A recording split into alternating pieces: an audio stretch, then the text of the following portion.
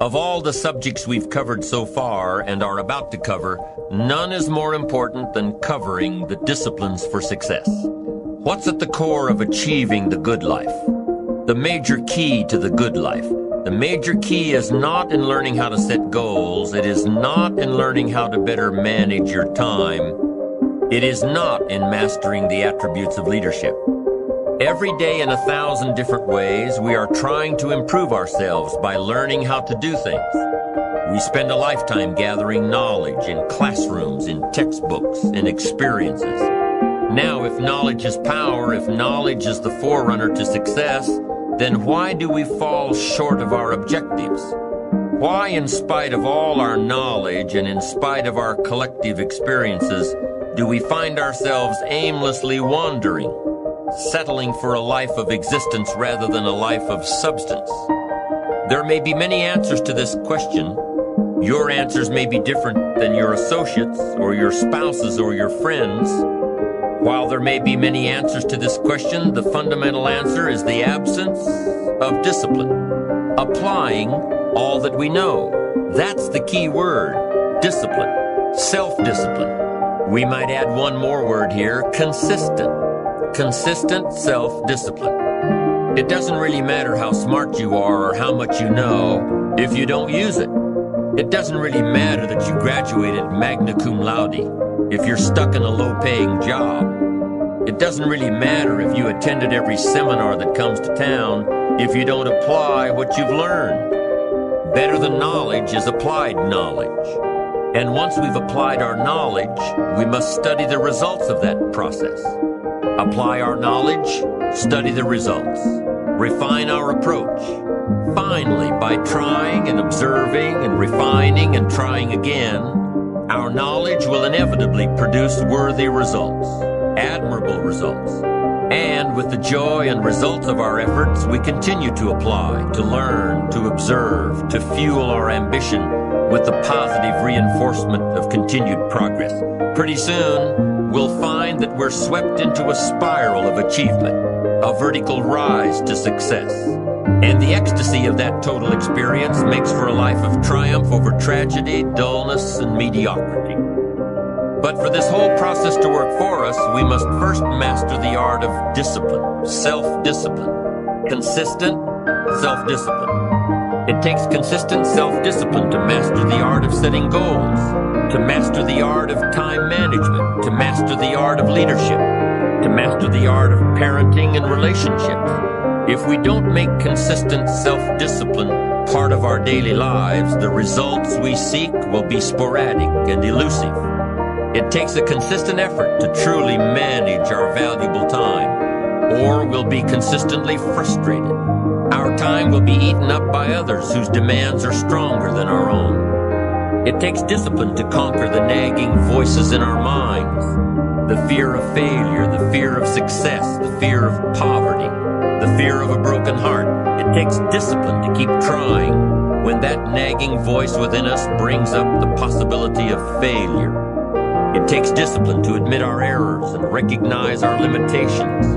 The voice of the human ego speaks to all of us. Sometimes the voice of ego says that we should magnify our value beyond our results. It leads us to exaggerate, to not be totally honest. It takes discipline to be totally honest, both with ourselves and with others. Be certain of one thing: every exaggeration of the truth, once detected by others, destroys our credibility and makes all that we say and do suspect. As soon as a business colleague figures out that we tend to exaggerate, guess what? They'll always think we exaggerate, and they'll never quite hold us in the same regard again.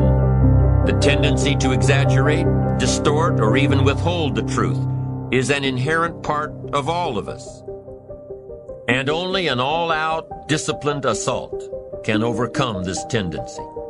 It takes discipline to change a habit, because habits are formed a little bit each day, every day, every day. Once habits are formed, they act like a giant cable. They act like a nearly unbreakable instinct that only long-term disciplined activity can change.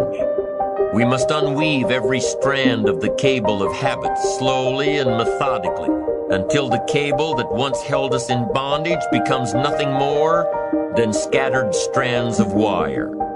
It takes the consistent application of a new discipline, a more desirable one, to overcome one which is less desirable. It takes discipline to plan. It takes discipline to execute our plan. It takes discipline to look with full objectivity at the results of our applied plan. And it takes discipline to change either our plan or our method of executing that plan if the results are poor. It takes discipline to be firm when the world throws opinions at our feet. It takes discipline to ponder the value of someone else's opinion when our pride and our arrogance leads us to believe that we are the only ones with the answers. Discipline is a constant human awareness of the need for action and a conscious act by us to implement that action. Discipline is an awareness of the constant need for action and a conscious act to implement that action. If our awareness and our implementations occur at the same time, then we begin a valued sequence of disciplined activity. Now here's the other side of discipline.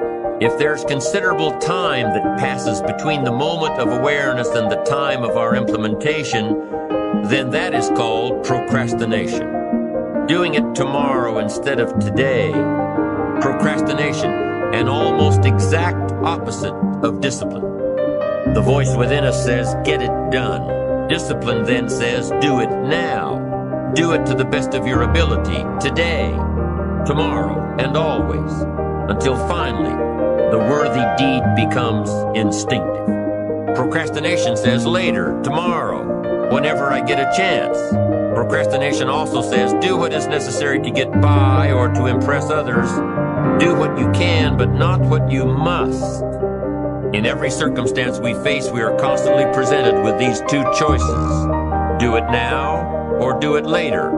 Discipline and procrastination. A choice between a disciplined existence bearing the fruit of achievement and contentment, or procrastination, the easy life for which the future will bear no fruit, only the bare branches of mediocrity. The rewards of a disciplined life are great, but they're often delayed until some time in the future. The rewards for the lack of discipline are immediate, but they are minor in comparison to the immeasurable rewards of consistent self-discipline. An immediate reward for lack of discipline is a fun day at the beach. A future reward of discipline is owning the beach. For most, we choose today's pleasure rather than tomorrow's fortune. So how can you get rid of the easy distractions? How can you keep your mind on what you're trying to do? How can you keep an attitude of doing it all and doing it now? How can you make the choice of discipline over procrastination? How can you stay focused on your ambitions? How can you avoid conversations at the water cooler? You can keep your focus on your work. You can get it done today instead of tomorrow. You've got to really work on your consistent self-discipline on a daily basis, or you'll find yourself distracted.